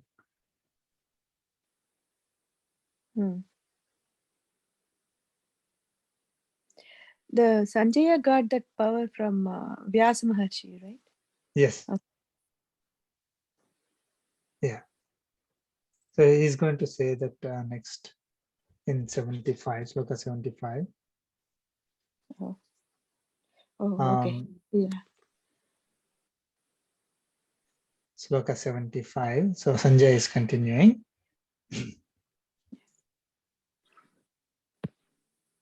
Vyasa prasadat shrutavan. Vyasa prasada chrutavan. Etad guhyamaham param. Etad guhyamaham param. Yogam yogeshwarat krishnat. Yogam yogeshwarat krishnat. Sakshat kathayatha swayam. Sakshat kadhayata swayam. Let's chant together. Vyasa Vyasa prasadat shrutavan. Etad guhyamaham param. Yogam Yogeshwarat yogeshwarat krishnat. Sakshat Sakshat kadayat kathayata swayam. swayam.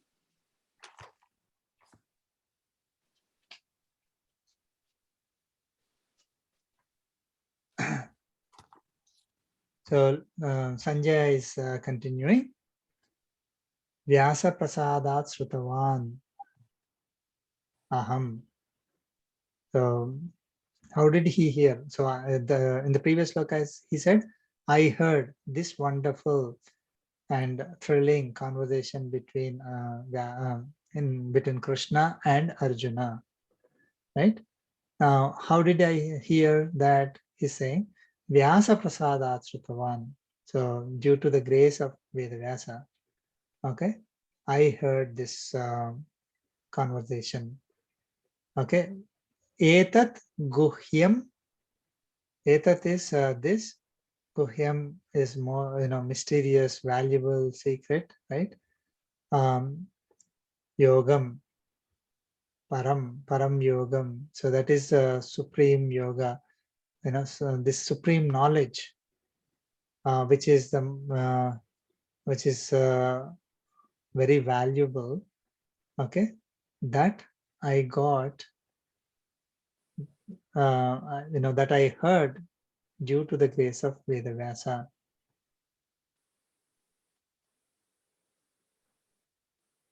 Okay, now that yoga, who told that? I mean, that great knowledge. Who gave that knowledge? Not Arjuna, right? Okay. Krishna. Mm. So from who? Now, from who did he hear, or from whom did he hear? I don't know. So, or who gave the knowledge? Yogeshwarat, Krishnat, from Sri Krishna, who is Yogeshwara, okay, who is associated with all auspicious qualities, okay, Yogeshwara. I mean, we can, without going into the actual meaning, you can also say that like he's talking about yoga, and Lord Krishna is a Yogeshwara, right? Is typically that's how we address, right? So he may be addressing it like that, or if you go into the meaning is that the one who is the associated with all auspicious qualities. So from Krishna, from Sri Krishna, Sakshat Katayataha Swayam. He himself, Swayam, he himself, Katayataha is telling. Okay, Sakshat, directly, in person. So I heard, go back and see, I heard this, valuable, mysterious secret, which is the supreme knowledge, from Sri Krishna, who is telling this directly in person himself. So it is not like I heard from somebody else who heard from Lord Krishna, right? So I directly heard from Lord Krishna, who But was telling, yeah, exactly, in person. But Sanjaya was not in the battlefield, right, sir? He got this Divya Drishti, and wherever Divya, he is, yeah, he was able to Drishti. Okay. yeah, he has the Divya Drishti, so that's why he was able to see, he was able to hear, he was He able was to, I mean, as if he is present directly there, there, right? yeah, yeah. So Lord Krishna gave this message directly to Arjuna, and that's what I'm telling you, Mm. right? This is So, live telecast that he has from his through his Divya Drishti, right? That time. Yeah. right.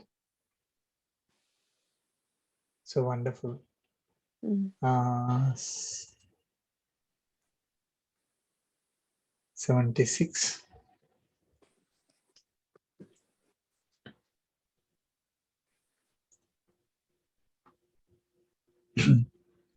Sloka 76. Rajan samsmrutya samsmrutya Rajan Jan samsmrutya Samsmritya samsmrutya Samsmritya samvadamimam adbhutam Samvadamimam Bhutam Kesavarjunayoh punyam Keshavarjunayo punyam Punyam Rishyami cha muhurmuhuhu. Hrishyami cha muhurmuhu Let's chant together. Rajan samsmritya samsmritya samvadamimam Kesavarjunayoha punyam Hrishyami cha muhurmuhu. Rajan, O king, O Raja. So Sanjay is speaking to Dhritarashtra. So he's addressing Dhritarashtra as Raja. So, hey Rajan, O king, O Dhritarashtra, samsmritya imam adbhutam samvadam. So samsmritya is after remembering, recollecting. So he heard this message. In the previous sloka, he's saying that I heard this most wonderful dialogue between Krishna and Arjuna. Okay, and that Lord Krishna, he himself spoke. Okay, that happened 11 days back, right? Samsmritya, after remembering and remembering, or after remembering again and again, okay? So, Imam Adbhutam Samvadam, this wonderful dialogue. Not only that, I mean, that Samvadam is now Punyam. Punyam is, holy, virtuous, meritorious, auspicious. Punyam Samvadam, the one that is going to clean our sins, right? He said, whoever listens to it will be getting cleaned from their sins, correct? So this is a Punyam Samvadam. So Adbhutam, Punyam, Samvadam.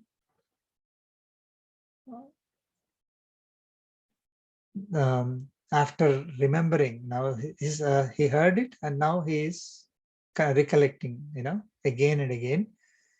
Krishna Arjuna Yoha Samvadam. So the dialogue of Krishna and Arjuna, or Kesava Arjuna Yoha, not Krishna.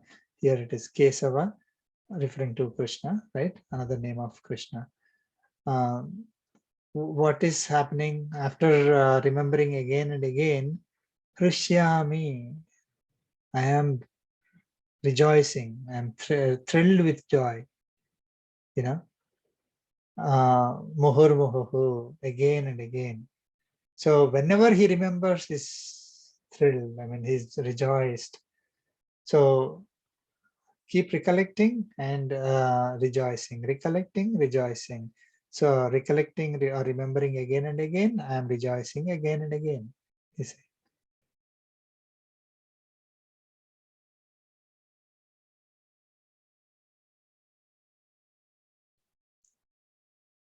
So I mean, can when imagine, how he, because ours was good, getting goosebumps. Then Sanjay live telecast watching Krishna speaking. I mean, I can imagine actually, right? I mean, I don't know whether he knew. Yeah. How fortunate, oh my God. yeah. Yes. 77. Okay.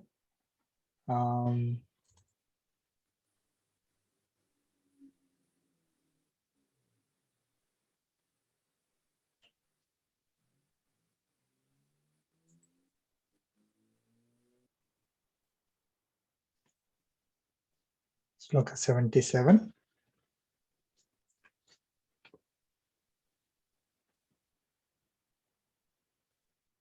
Please chant. Tacha samsmritya samsmritya Tacha samsmritya samsmritya रूपमत्यद्भुतं हरेः रूपमत्यद्भुतं हरेः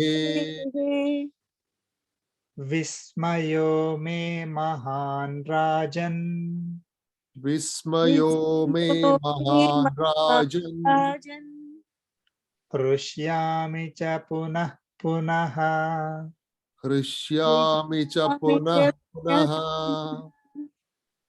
Let's chant together. Tat Tacha samsmritya संस्मृत्य samsmritya संस्मृत्य रूपमत्यद्भुतं हरे विस्मयो मे महान् राजन् हृष्यामि च पुनः पुनः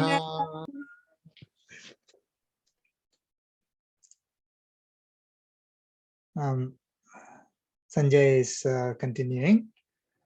Cha, so that is and. As I said, he's continuing the message from the previous sloka. Samsmritya samsmritya, after remembering again and again. What? Tat atyadbhutam rupam. That marvelous, ati adbhutam, yeah, greater than adbhutam, greater than wonderful, like marvelous rupam. Rupam is the form. Okay, Harehe, of Hari. Hari refers to Lord Krishna, right? So that one marvelous form of Sri Krishna. Okay, what is the marvelous form that he saw? I mean, he has seen Lord Krishna, Sri Krishna several times before, right? But this is different. So, what is that form? Vishwarupam. Yes, the universal form, the Vishwarupam. So, after remembering that form, not only the dialogue, right? Now, earlier he spoke about the dialogue. Okay, the conversation, the purifying message that he got. The punyam adbhutam message. Now this form is atyadbhutam.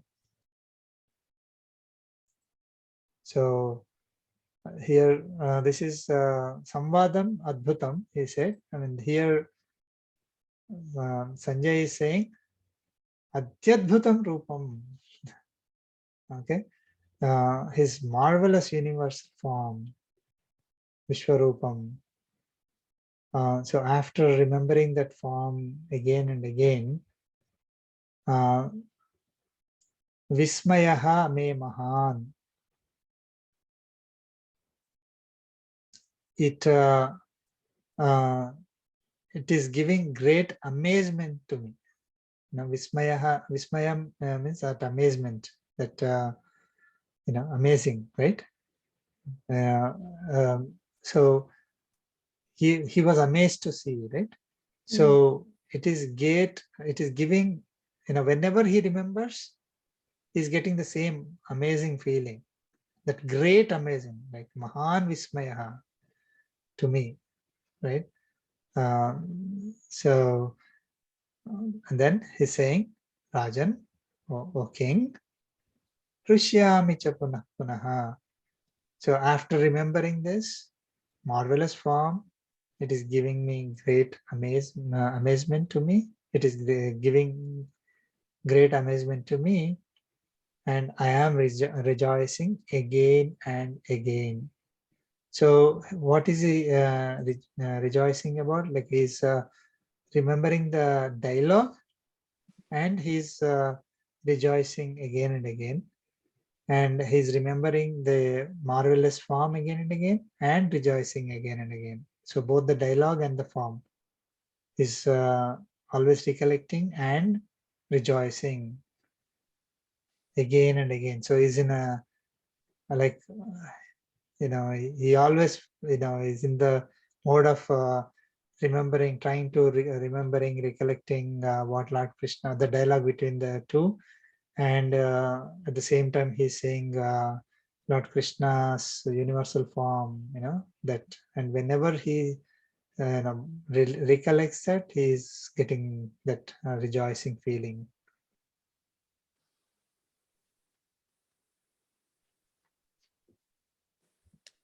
Joyce is thrilled with joy, extremely happy, and all that Krishyami.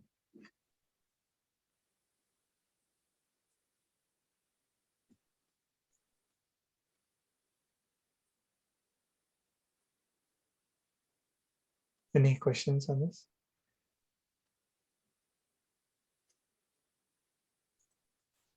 Oh, so fortunate, Sanjaya, along with Arjuna, was able to see all that, listen to it. Right. And we are fortunate now. Prasad, Yeah. Passing the knowledge. Yeah.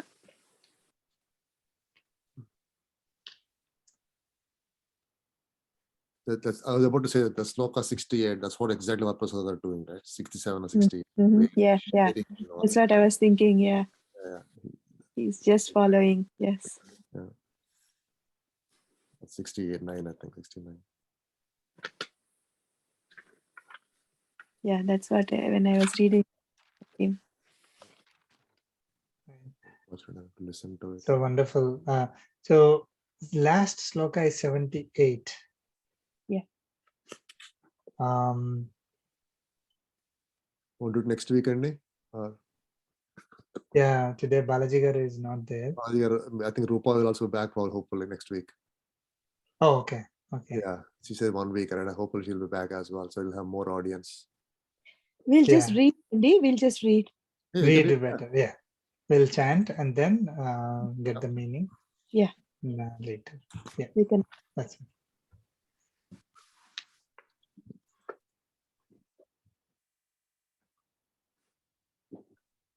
Sloka 78.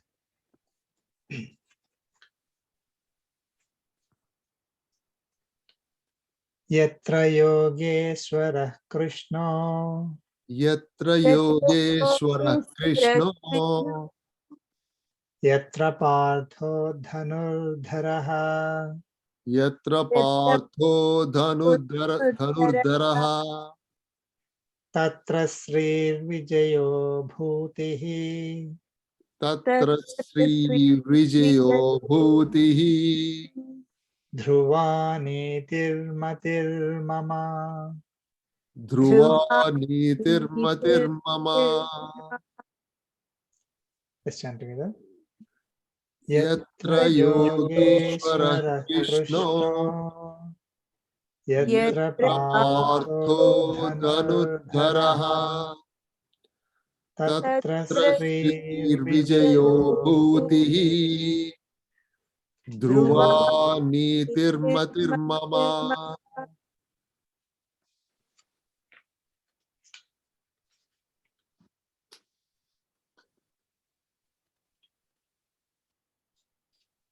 We're very grateful, Andy. We're very thankful and grateful to Balaji Garu, of course, everyone, right? And yeah, I don't think I would have done it, right? I mean, in my lifetime, if all of you weren't here. Same for me. Thank you so much. Thank you all. With Acharya's grace, again, Paramatma's grace, Acharya's grace, we are able to. Dream come true. I don't believe that I'll go to the 18th chapter, 70th sloka after 2.5 years. Yeah. Right. Again, he was the one who did not, who made sure that we did not get into any obstacles or problems. Exactly, that's what I'm thinking. All of us were able to continue because of his grace. We didn't even, we cancelled even maybe 1 or 2. That's all, right? I mean, yeah, only couple, I think. Yeah, that's all. Good Sankalpan, sir. You, Balaji Garu, and of course, entire team. Yeah, he's all the Paramatma's way grace along, moved was all there. obstacles. Making Yeah. wave to make this happen, right? Without which, we wouldn't have. I mean, this is the best example of Bhagavad Gita, right? I mean, with a great sankalpam and desire, things will happen, will fall into place. Right, yes. Yeah, once we surrender to him, he will take care of it. Take care of everything. And that is the message. Like our own efforts are minuscule compared to what is actually needed. Exactly. But we need the intention, conviction, that surrendering. We need to surrender first. So again, several years back, this Bhagavad Gita was like, some totally, like, we can't even understand even one word out of it, right? What is Lord Krishna saying here? What is this message? And okay, we may get the meaning through some discourses and things like that, but when we read it, it will appear like totally, I mean, what is the message that is being conveyed here? That is how it was. Again, with Acharya's grace, with Paramatma's grace, somehow, he put me on the path to learn Bhagavad Gita in this way. And then Acharya Sankalpam, maybe Balaji Garu said, why don't you please Instilled in him. Yeah, so then, even though I was doing like bits and pieces and not Uttered, I right. think you want to do at least one sloka, right, sir, in Durga temple. That's so nice. So we started with one sloka, one small message for 10 minutes. You used to After do that. after yoga class, Right. and somehow It was getting we so busy. decided that That's good, actually. We got into this one. That's true. I mean, when we were I went back and listened to that some of the messages I recorded that class. I was trying to present a particular concept, in the middle of Bhagavad Gita somewhere, and we had only 10 minutes or 15 minutes. Sometimes we were going to like even 20 minutes. We had to, quickly present it. So I wasn't sure, whether the message was conveyed properly, whether people understood or not. So then fortunately we decided, okay, let us do this separate session.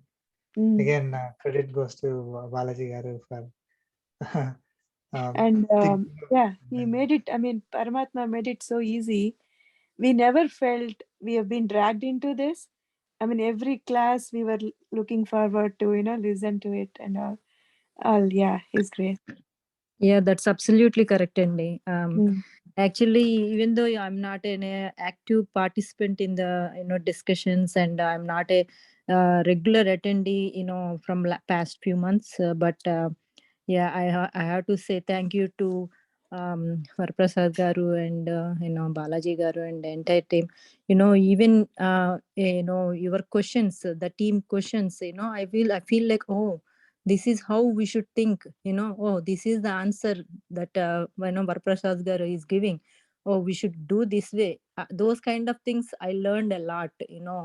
From last 2.5 years, I never felt that it's this class is actually we tried couple of classes for Bhagavad Gita, but second class or third class, I don't feel like going. But this one, we are so encouraged and we are so enthusiastic to look for the Saturday 5 o'clock, and even any programs family makes, we say like, no, I have my Bhagavad Gita class.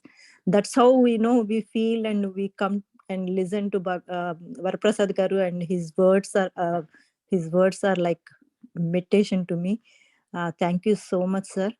Prasad Garu and Thank you. my thanks for both of you. But I know I'm not a I did not understand first round, but definitely I'm looking forward for the second session that I think you are trying to give. Thank you so much, Andy. Thank you so much. Yeah, Yeah. all of us echo those things, Sunday, or whatever she said, right? Yeah. It is a great encouragement, all of you. Credit goes to you, all of you, for getting this message, asking the right questions. That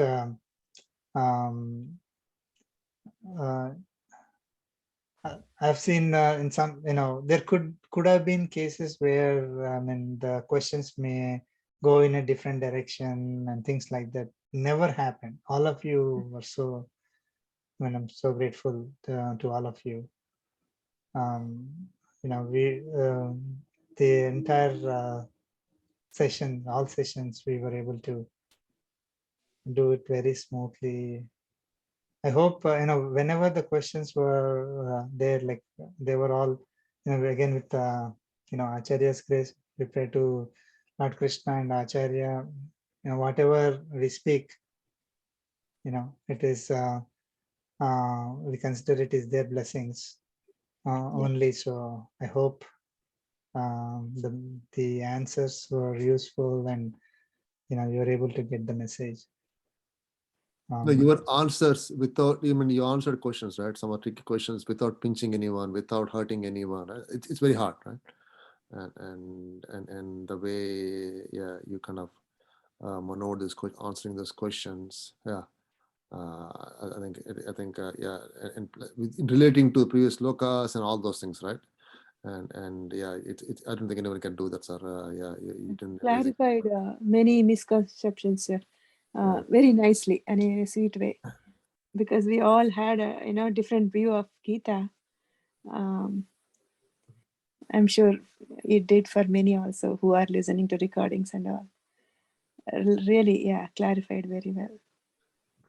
And some of the chapters where you kind of gave the qualities 1 to 3, 1 to 36, 1 to 32, right? I mean, and I think the Bhakti Yoga, Kshetra, Vibhag Yoga, yeah. I mean, and then linking all of them back to, right, interlinking the slokas to going back to, do you see, we learned this in 6.4 or 6.5. Then I used to verify that. It's not that you're telling truth or not, but I just go back, actually check. Oh, what is that sloka in fact there, right? Just go there and look at the meaning, because I have the notebook, so I just want looking at the meanings and all those things. Yeah, it was so this thing that I can't express in words, actually, right? I mean, yeah, I mean, I'm getting like what Sanjaya is getting, got, right? Goosebumps kind of a thing. I can tell you that wholeheartedly. I'm sure all of us are emotional. Yeah. Hey, we need to continue this Sunday. Our family, we have to continue this. Okay. And yeah, after this, the Rani Garu said, I think we do the second session, another session, right? And going through this, because I missed the first chapter completely. I think I joined second chapter. So yeah, we have to continue this, and I think yeah, we should do it again. Yeah, and hopefully this time will be faster, probably for us. But either way, right? I think it'll be. We should definitely, sir. yeah, I think with Acharya's grace, I think we can make time yeah. again. The references, right? I mean, the linking. Our acharyas have given in their commentaries. So some of it, again, the entire message is Acharya's message, and our great lineage of Acharyas who have given that, and Sri Swamiji has given the messages. So it's all based on what they gave. And I try to just pick and choose and present. So that is like it is already there. The entire information is there, and just picking what information that I can present it for the benefit of us. So it's not like, of course, in some cases when I got a doubt, then I would go back and check. And then, because anyway I checked, I would present that as a reference. but a lot of places the references were already provided by our acharyas. So it is not like, oh, I did something totally new. We don't want to present something that is different from what has been presented already by our acharyas. So to the extent possible, get the same knowledge, but try to present it in a way that we all can understand. Myself, including myself, and then we all can understand. So, But still, sir, if we had read on our own, even without your help, it was possible, like we would have understood in a different way. So that way, your yeah, insight really helped us. Like you said, okay, this is not what it is, and all that every time. That's really great. yeah, that is true. I mean, that is why we need to get the knowledge of Bhagavad Gita from acharyas. So Yeah. whatever I got from our acharya, try to present it. In one of the messages, one of the discourses that Sri Swamiji was giving several years back, maybe it's just a recording I was hearing. So he was saying that, okay, we are giving discourse, we are giving this knowledge of Bhagavad Gita to you. You have to own it and you have to spread this knowledge, he was saying. I mean, literally, this is the message Sri Swamiji was giving. That so we need to if we just listen, and then sometimes we may get, sometimes we don't. I mean, not this one, like all of you got it, but when Sri Swamiji is speaking to hundreds of people, right, thousands of people, some of them, they simply doing something else, or thinking of something else when Sri Swamiji is speaking. So Sri Swamiji is saying that you guys need to get this message, you own it, now you develop on it, and then you should be in a position to teach others. And again, with Sri Swamiji's blessings, fortunately we got this opportunity and we were able to present it. Otherwise, we are we are nowhere, basically. So again, all of you, very I didn't want to miss the class because all of you are so much interested. So, and spend more and more effort in trying to do more research, read different books, listen to Sri Swamiji's discourses, trying to get as much information as possible and then present it. So you are the motivation for me to learn and teach. Thank you so much. Thank you, sir. Thank you, sir. Thank you, everyone. Yeah. Okay. Again, thank you. So 1 moment. We will conclude with the concluding prayer. Kayena vacha Kayena vacha mansendriyeva buddhyatmana va prakrite swabhavat bhavat karomi yadit karomi sagalam parasmai narayana samarpayami samarpayami Srimanarayana samarpayami Sarvam Sri Krishnarpanamastu. Om Asmat Gurubhyo Namaha. Jai Jai Srimanarayana. Srimanarayana. Jai Srimanarayana. Jai Srimanarayana. Jai Srimanarayan. Recording. Stop recording.